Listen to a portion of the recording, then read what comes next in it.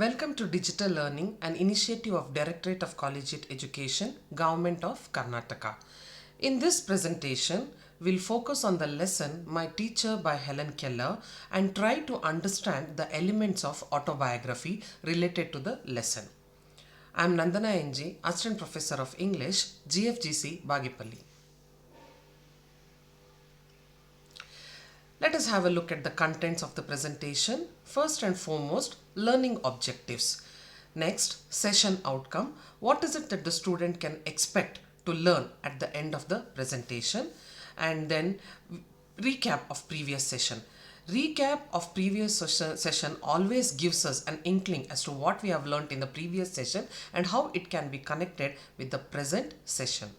Later, we'll focus on the elements of autobiography. Later, we'll proceed to an overview of the lesson. And finally, we'll have a recap of the entire presentation. And last but not the least, multiple choice questions which will help us gauge our understanding of the presentation. Recap of the previous session.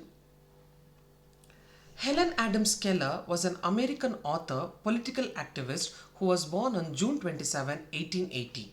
In 1880, while she was hardly 19 months old, she was struck by an illness that left her blind and deaf. The present excerpt is taken from her autobiography, The Story of My Life, which was published in 1903. The following excerpt shows the beginning of a 49-year-old long relationship with her teacher, Annie Sullivan, who came to her house on March 3, 1887 and helped her to make tremendous progress with her ability to communicate. Helen Keller received a Bachelor of Arts degree in 1904 and at the age of 24 she became the first deaf and blind person to do so. In 1903, 22-year-old Keller got her autobiography, The Story of My Life, published. This is an inspiring story of a person who discovered the world through her fingertips with the help of a great and dedicated teacher. Helen Keller's main purpose is to inform others about what life is like for people with visual or hearing impairments.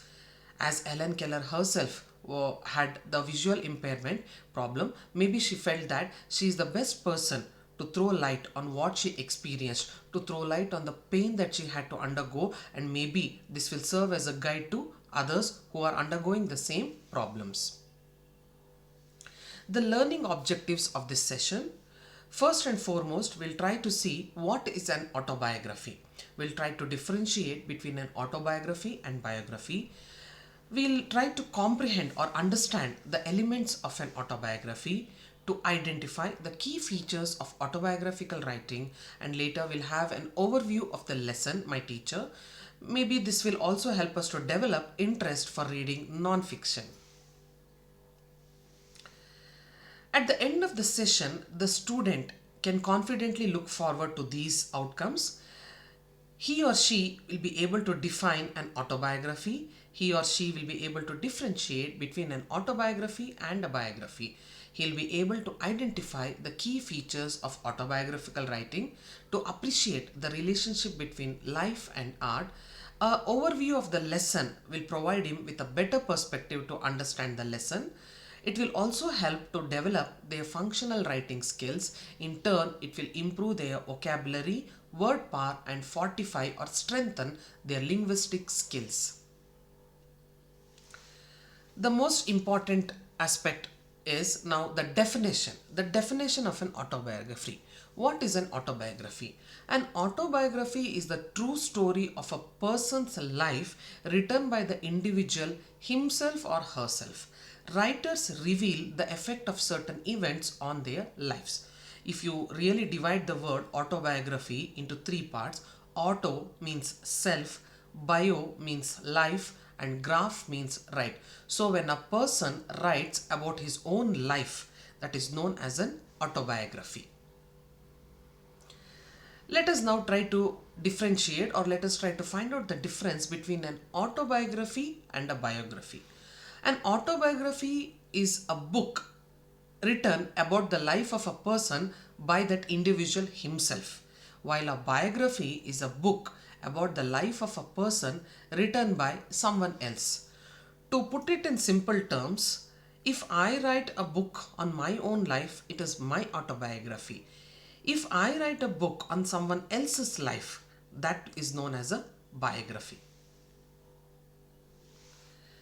Let us concentrate on the elements of an autobiography. What are the components of an autobiography, or what constitutes an autobiography? Now that we are familiar with the definition of an autobiography, remember, an autobiography is the life story of an individual written by himself or herself.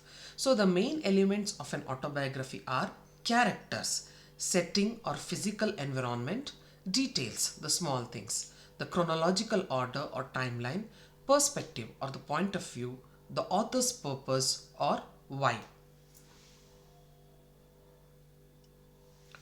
Now let us deal in detail with the elements of autobiography. The first important element of an autobiography is characters. Characters are well developed in detail and true to life. Yes, Helen Keller in her autobiography has sketched the character of her teacher and herself so vividly that any person who reads the autobiography can clearly visualize the teacher as a very passionate person who was involved in the development of her student. So the two primary characters in the following autobiography are Helen Keller and Anne Sullivan, her teacher. In fact, we can say that Helen Keller has successfully brought to life the portraits of herself and also her teacher Anne Sullivan. Setting. Setting is the time and place, or the when and where of the story, or you can also say the location. It offers vivid description as to where it took place and the time. The environment of the story. It can be made up of the physical location, the climate, weather, or social and cultural surroundings. In this particular excerpt that is taken from the autobiography, we can see in the beginning Helen Keller standing on the porch of her house waiting for someone or something to happen. She clearly describes the house, the weather, or the day it happened, and how it is all clearly brought out in a visual picturization. Setting also refers to the various ways that time and place indicate. Helen Keller's story begins in Tuscumbia, a small town in northern Alabama, in 1880. Her family's house was called Ivy Green, and she particularly loved the garden and lands surrounding the house. After a childhood illness made her blind and deaf, Helen often explored the gardens by sight and found solace in nature.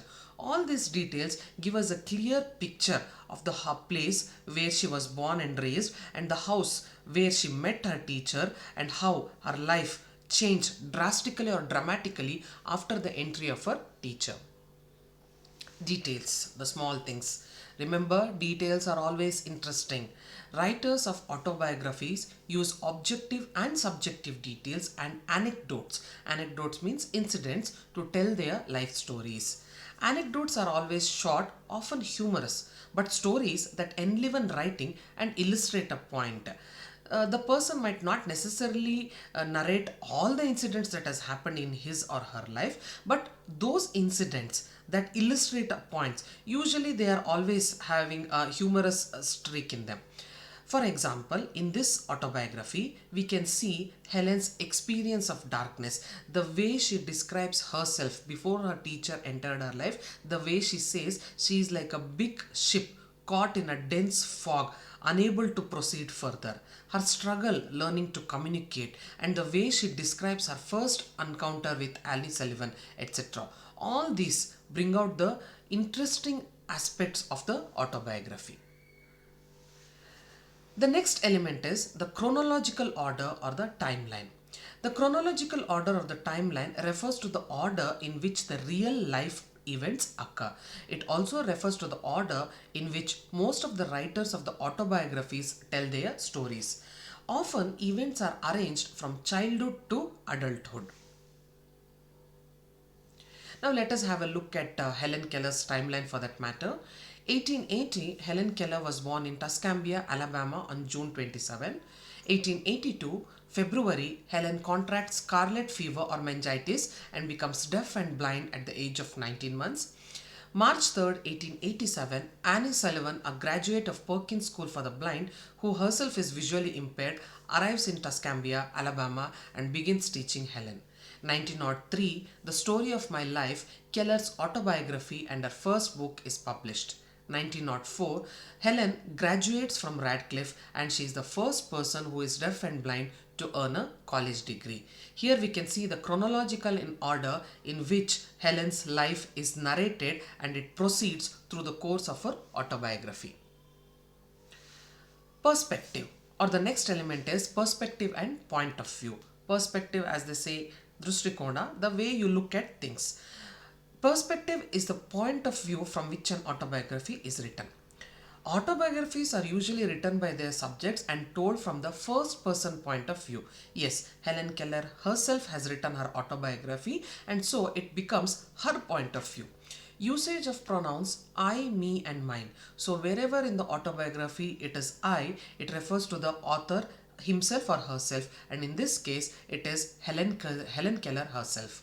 Readers experience events through the writer's eye, knowing only what they think and feel about any given experience. So maybe we are given a glimpse into what the person has felt or what the person has experienced. The next concept is the author's purpose or why, as to why has the person written or the author's reason for writing this particular autobiography. Maybe the author wants to make sense of the events in their lives. This seems to be the primary purpose. It could also be to give credit to people who influence them. For example, Helen Keller wrote the autobiography because she wanted to credit her teacher Annie Sullivan, who was instrumental in her becoming a learned person later in her life. It is also to write autobiographies to explain or justify their actions. For example, Helen Keller's primary purpose is to inform others about what life is like for people with visual or hearing impairments. Helen Keller also wanted to guide readers through the journey of her life, education, and eventual glimmers of hope as a whole world of communication dawns.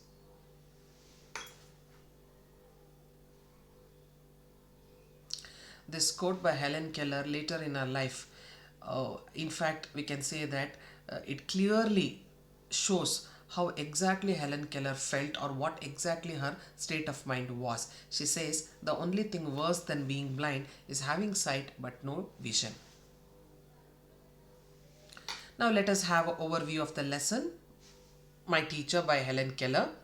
The present excerpt is taken from her autobiography, The Story of My Life, which was published in 1903. Helen Keller lost her hearing and vision as a child. Remember, Helen Keller was not born blind or deaf. She lost it due to an illness. She describes her earliest memories of sights and sounds. She learned sign language after her illness, but she felt isolated from the world around her. She was unable to communicate with her sister and parents, and somewhere the frustration was piling up in her. Her frustration while trying to learn. In fact, there were multiple episodes wherein Helen Keller, unable to express what she wanted to, had tantrums or tantrum episodes for that matter.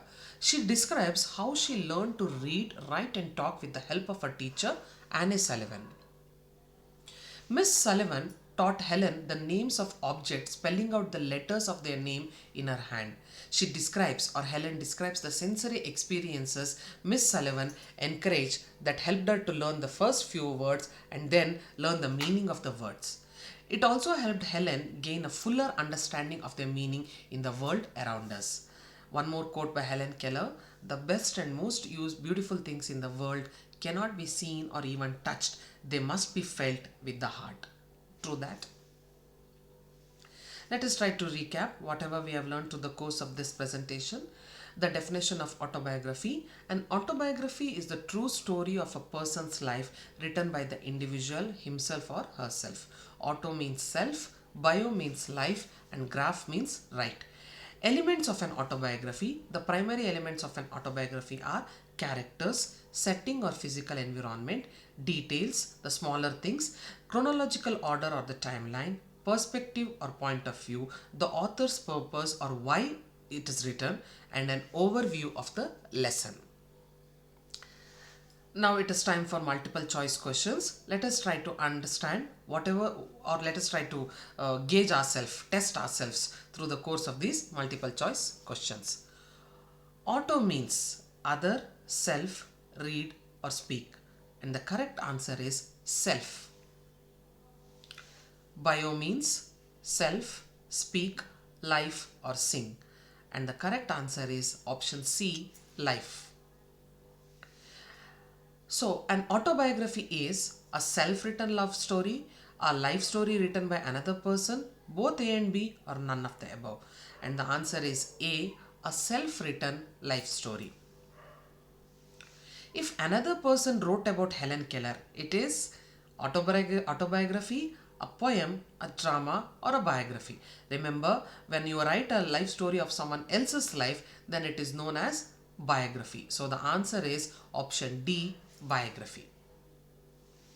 Usage of pronouns like I, me, and mine indicate which point of view.